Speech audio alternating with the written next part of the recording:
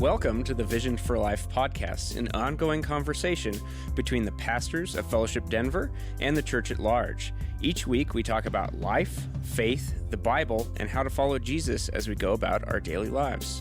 My name is Jeff Wheeler. I'm a professor at the Colorado School of Mines and Mechanical Engineering during the day. My wife, Katie, and I have been attending Fellowship Denver for 9 years now.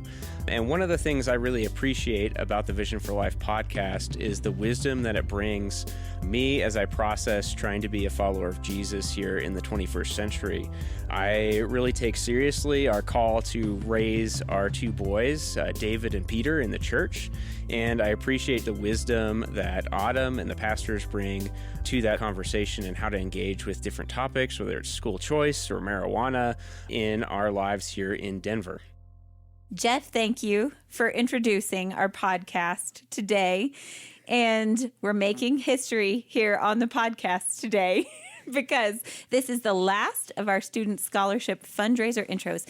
That does not mean it's the last ever guest intro. What Autumn will not let me say is that's the last ever guest intro, and we return now to the reign of terror of Autumn's introductions to the Vision for Life podcast. All right, and that's somehow historic. We'll let our listeners judge. If anyone actually believes that I in any way oversee a reign of terror, you go ahead and just let me know. That really seems like my MO. Part of the axis of evil. I was also going to say this is a historic Vision for Life podcast episode because it's the first of our Advent episodes, and seems like we're really entering into the spirit of the season here. Hey, I'm longing for intervention right now. So this is just a demonstration of the brokenness. I'm feeling the need for Advent now more than ever. Well, Hunter, Dave, thanks for joining me today. That's great. This is definitely the worst introduction we've ever done. No, I think this is the spiciest and the best. Oh, my. But we are talking about Advent on the podcast today. And I was going to ask one of you, whoever would like to answer this, what is Advent? Advent is a word that just means arrival of a notable person. So Advent is a season in which we take special note of the arrival of Christ. The season of Advent takes to note particularly the second arrival of Christ. It's when we really kind of put sort of ourselves into the shoes of ancient Israel, as ancient Israel was longing for the coming of the Messiah. Now we too are kind of in that similar narrative where we as Christians are longing for the arrival of Christ in his second return. And I want to make sure we tap into what you just said there. We're looking forward in Advent to the second coming of Christ. So in that sense, we're trying to anticipate something that hasn't happened yet. We're longing for when Jesus will come again and make all things new. And what's weird and awkward about this season is it takes place in the life of the church at the same time that our world, and we live in the world, so we're kind of part of this, is typically celebrating Christmas, which means we're really talking about the birth of Jesus, and we're having Christmas parties and Christmas dinners. But in the life of the church, we're actually kind of holding ourselves off from celebrating Christmas, and we're actually longing for when Christ will come again, second Advent, and make all things new and put this whole broken, messed up world to right. So this season is a little bit at tension with the normal rhythms that our world is observing. And so what we want to do in this conversation is actually help our listeners not just celebrate the holidays or not just celebrate Christmas traditions, but also learn how to lean into this season of Advent and longing. Mm-hmm.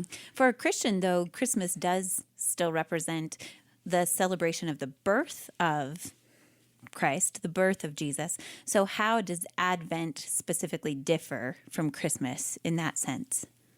Well, Advent really is about the second coming of Christ, and in the liturgical calendar that many Western and Eastern churches have observed, in the liturgical calendar, Advent is the season that leads up to the day of Christmas, December 25th, and then that begins a season called Christmas that comes after Christmas, after December 25th, when we celebrate the first arrival of Jesus. So it kind of takes the end of history and then just works backward. And in that way, it's kind of different the way our world works, which is we just spend the whole month of December really celebrating, quote, Christmas. So that's why it's a little bit awkward to talk about it. But I think a good way to get our minds around it is to remember the song, The 12 Days of Christmas. On the 12 days of Christmas, my true love gave to me. And that's a song that actually assumes that you understand that Christmas is a season that follows the day of Christmas, which is why the song doesn't make sense to us today, because we don't know that. Because we don't celebrate it in that That's way. right. We just go right back to what we call New Year's. Yeah. And by the way, I had no idea that's what that song was about. The 12 Days of Christmas. Yep. I never thought about it. So sitting right here with us is one of your pastors who has been just completely co-opted by the consumeristic culture in which we live. And Oh, absolutely. didn't even know what Christmas was. Yeah, that's true. That's true. Well, I'm glad we're working this out together Yeah. today. What is something you particularly enjoy about the Advent season, or a tradition that you observe that you find really fun or meaningful? Well, I mean, growing up, I grew up in a very low church kind of environment. It was Christian, but very low church. So kind of Advent, as we just described it, I never really knew about or appreciated. So it is fun and meaningful to have a tradition that does bring longing to mind and kind of helps to foster a sense of longing. And of a tradition that we have in the Moreland household is one that evidently tons of people have. They sell Lego versions of this now. And again, I didn't know about any of this, but Advent calendar. And so we got a wooden, kind of a thin wooden house that has 31 little doors in it. And it counts down to Christmas. And every little door, you open it up just one a day. And then it's supposed to have a little piece of chocolate or something behind it. We have 3 boys, so a little piece of chocolate isn't going to do.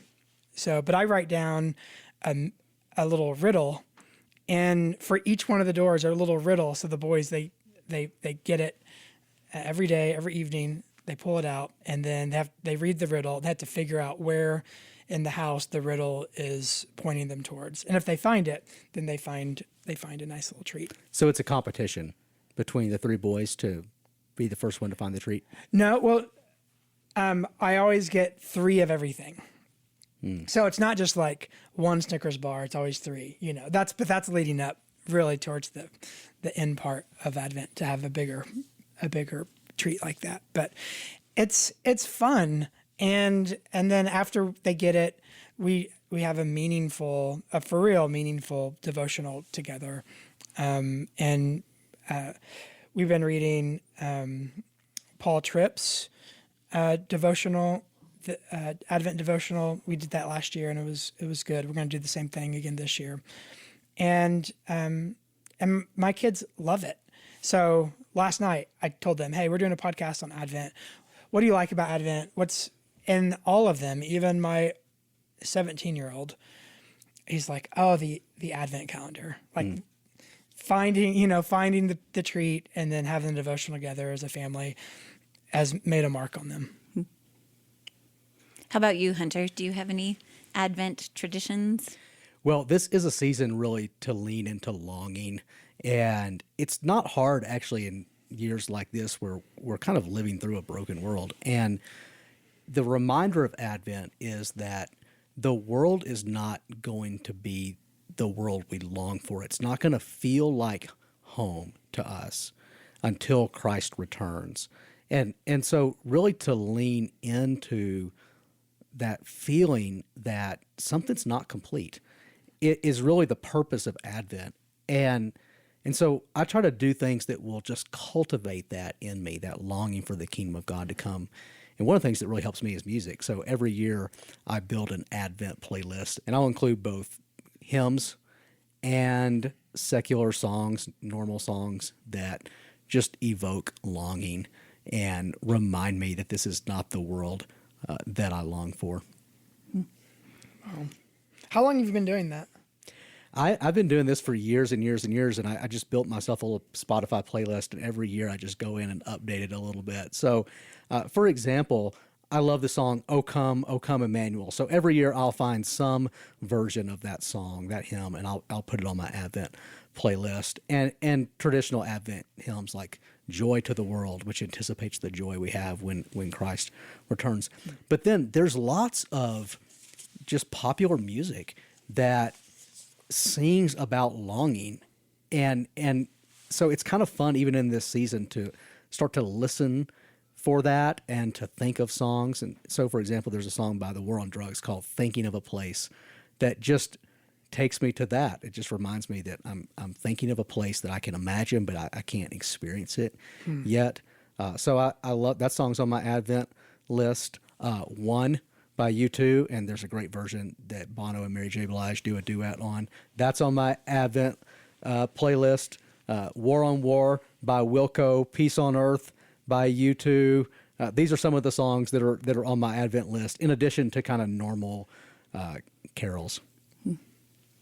That's one I wouldn't have necessarily thought of, but I love that you do that every year, that you put together a playlist. One of our traditions is to go to a Christmas light display every year during December, and there are so many to choose from. Zoo lights. We like the one at Hudson Gardens. They always do one at Chatfield and at Denver Botanic Gardens, and they're beautiful and wonderful.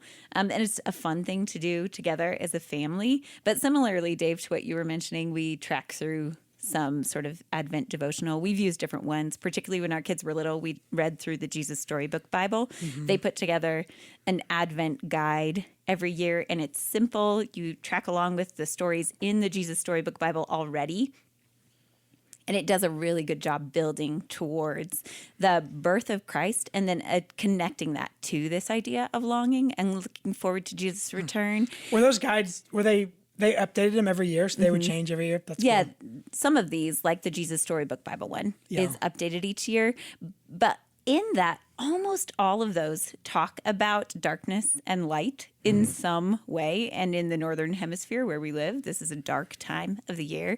And those Christmas light displays always remind me of, and sometimes I mention to the kids, that this makes me think of the account in Matthew 4 that says the people living in darkness have seen a great light. On those living in the land of the shadow of death, a light has dawned. And that's quoting Isaiah 9:2.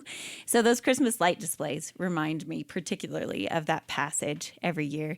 And then sometimes we read through that Isaiah 9 passage. And Advent does take place at the darkest time of year, so until December 21st, right? We're headed toward the winter solstice. And so this is a time when the world that we live in here in the Northern Hemisphere is dark. And so the lights have not just a beautifying effect, but there's real symbolic value there as well. These are some traditions that we observe in our homes, but we also follow a regular rhythm as a church family every year and have some traditions that we have built together around the season of Advent. I was thinking of kind of how, our teaching at Fellowship, the various Advent series, they change and we do different things, but really the message though of Advent that we've had for years has really remained the same. It really has been an emphasis on the second coming of Christ, and which is a I think cool and counterintuitive yearly message to preach to our church, that this season when everyone's thinking about getting, that really the message of this season is longing and waiting. And it's been I think really received well over the years and been helpful for me spiritually, and I think for the church. But that's become a tradition.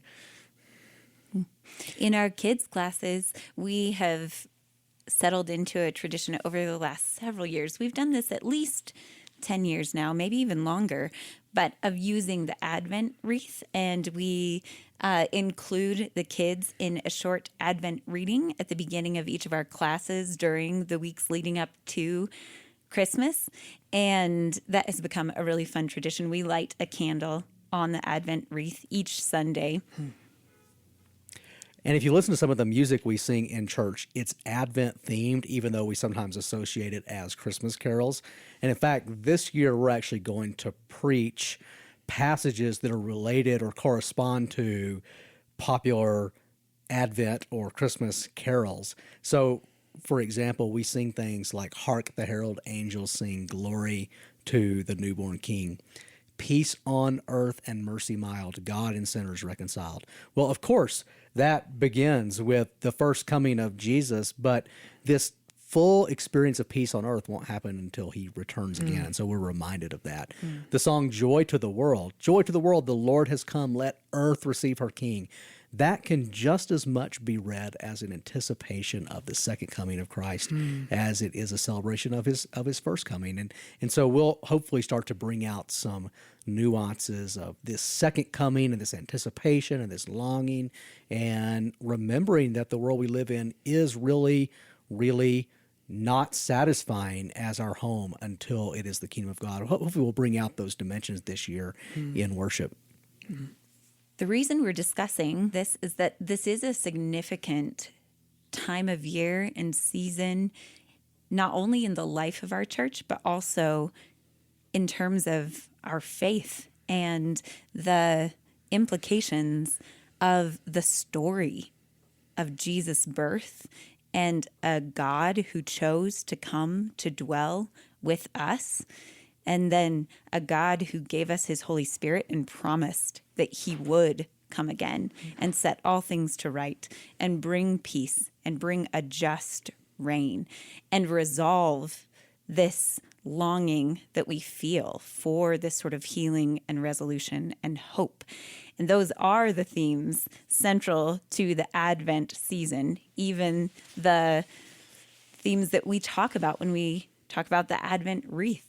Some of those themes were present in the Christmas carols, the Advent songs that you just mentioned, Hunter. And so as we think about the significance of this season as a church and as followers of Jesus, we want to encourage you, our church family, and those of you listening, to engage in this Advent season with longing and in a way that draws you into an attitude of worship and wonder about this story of a God who did come as a human baby to be with us, and the significance of these themes of Advent in your life as you follow Jesus and walk with him. And so in that way, what would be some encouragements that we could offer to our church family, to those listening to the Vision for Life podcast today? I think one thing, there's an aspect of the gospel that we often don't lean into, and now is the time to lean into it. And that is when we, when we receive the gospel, one of the things it creates in us is actually a sense of homelessness. That suddenly, because of the gospel, we're actually citizens of heaven. We're citizens of a different place. That this world, there's a sense in which this world isn't ours anymore. And so we become like foreigners or sojourners in this land. And day in, day out, we can feel like, oh, we belong here and whatever. But the gospel reminds us, and this season is an opportunity to remind ourselves that no, we're citizens of a different land, of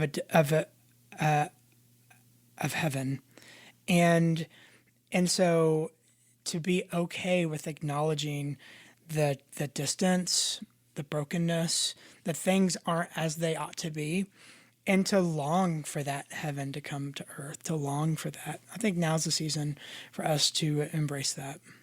Yeah, and practically, I would just encourage everyone in our church to have one tradition, like we were just discussing. Have one tradition that is a truly Advent tradition.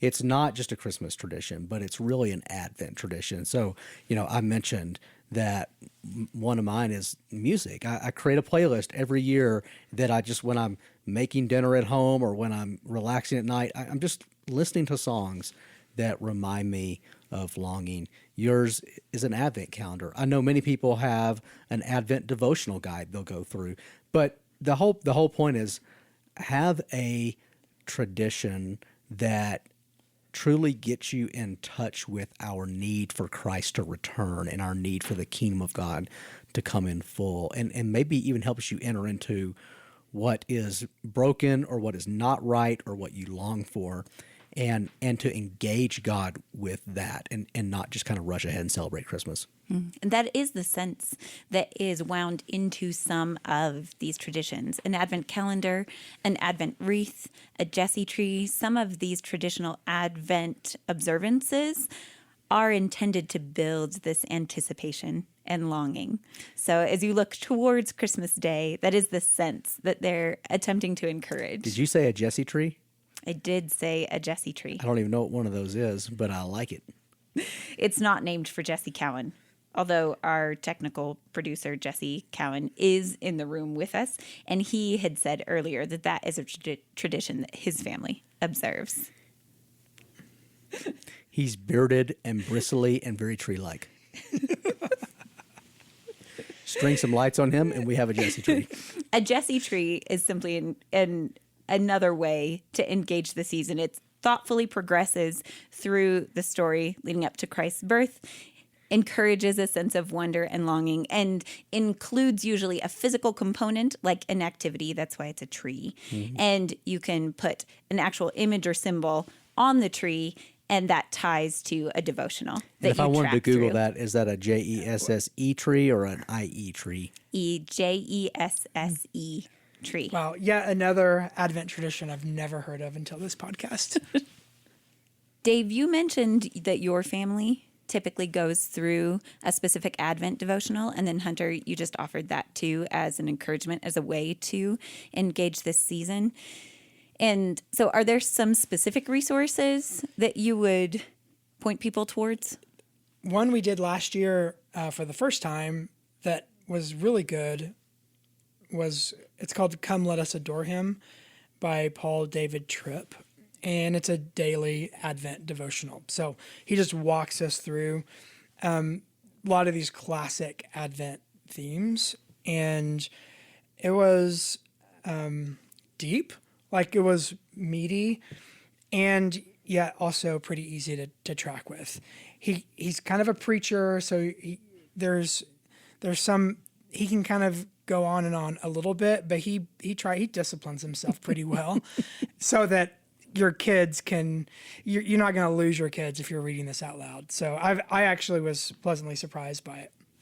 Yeah, he mentioned specifically in there, I have used that one before, and particularly if you have kids who are getting a little bit older into elementary, that elementary age range, mm-hmm. elementary into teenage years, this devotional can work really well for a family. Paul Tripp even adds a note in there that he presents a central theme. So he says at the end of each meditation, he presents one central theme or one core truth from the narrative of Jesus' birth that you can discuss with your children. And so, for instance, day one is the theme of singing.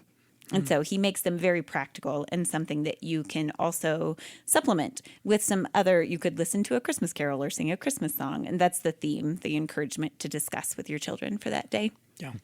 There are many really good options for Advent devotionals. One that we have had on our bookshelf is available for people is also Joy to the World by Charles Spurgeon. And similarly, it's daily readings for Advent.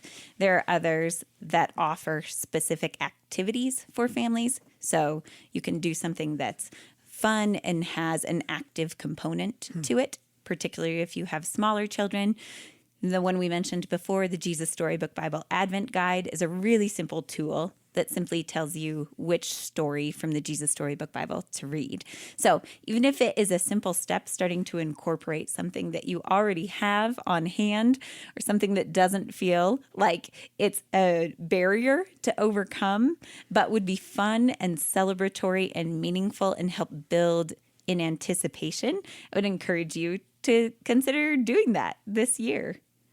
Hey, another resource, if you're looking for music, our Fellowship Denver app, we have a couple of really great Christmas Advent-themed albums on there. One by a band, Dirt Empire, one of our worship bands.